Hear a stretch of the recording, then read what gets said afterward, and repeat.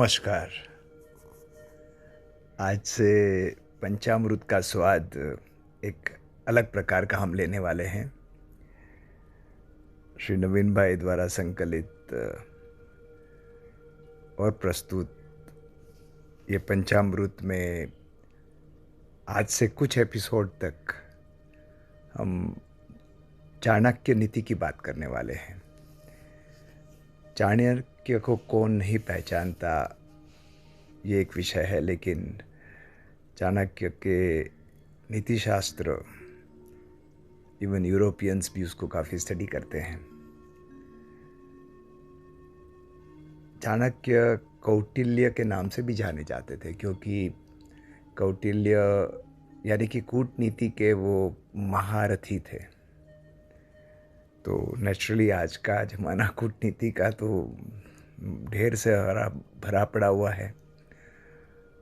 तो चलो आज से हम शुरू करते हैं। तो ये पहला सूत्र ये रहा,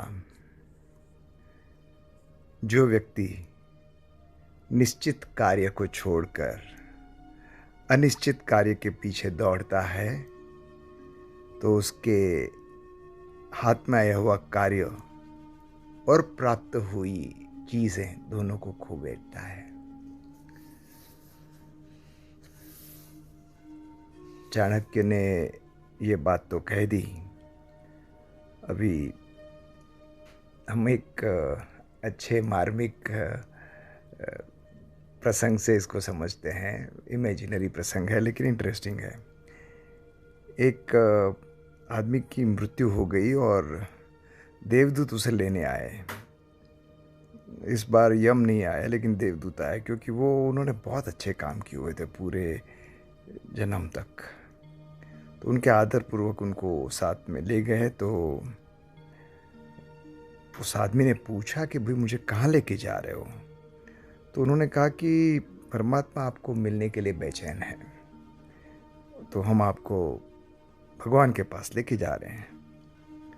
तो वैसे जब वो ऊपर पहुँचे तो एक के बाद एक दरवाजे खुल रहे थे, वो आगे आगे बढ़ रहे थे। बीच में एक बहुत बड़ा मैदान आया। उस मैदान आते ही उस आदमी के पैर रुक से गए। वो बस देखता ही रहा उस मैदान में। जहाँ तक उसकी नज़र पहुँचती थी तो वहाँ पे गिफ्ट्स का जैसे इनफाइनाइट सा सामान पड़ा हुआ था, और इतने अच्छे अच्छे रेपर में पैक किया हुआ था कि, और उसमें बड़े से बड़ी सी चीज़ें लेकर छोटे से छोटी चीज़ें भी थी। तो बड़ा अमेज था ये पर्सन। उसने पूछा देवदूत से कि ये सब क्या है और ये सब क्यों ऐसे पैक करके रखा हुआ है और इसको किसको देना है? तो देवदूत थोड़ा सा दुखी हो गया और उसने कहा कि भाई ये सब रेपर में तो अलग अलग गिफ्ट्स हैं।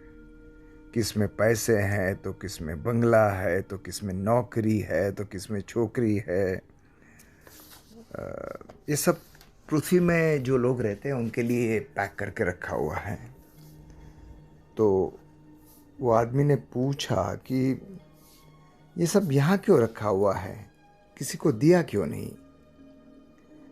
तो देवदूतों ने स्पष्टता की कि जिन्होंने जो जो पाने की इच्छा की थी तो उनकी इच्छा के मुताबिक भगवान ने सारा गिफ्ट तैयार कर दिया था। लेकिन सब के साथ या मेजॉरिटी के साथ यही हुआ कि उन्होंने वो मिलने के प्रयास ही छोड़ दिए। तो वो सब गिफ्ट ऐसी की ऐसी पड़ी रही।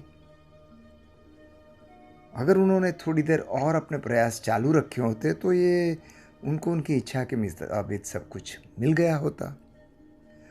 बस हम अपने जीवन में इसी प्रकार की भूल करते हैं। कुछ पाने के लिए प्रयास तो शुरू कर देते हैं, लेकिन बीच में ही कुछ कठिनाइयाँ आ जाए या हम कंसिस्टेंटली काम नहीं कर सके तो उसे छोड़ देते हैं। तो इसका बोधामृत तो यही है कि अति मूल्यवान, जब अमृत मंथन चल रहा था तो अति मूल्यवान रत्नों मिल गए देवताओं को, फिर भी वो रुके नहीं, क्योंकि उनको जहर भी मिला लेकिन वो डर नहीं गए। जब तक अमृत नहीं मिला वो लगे रहे।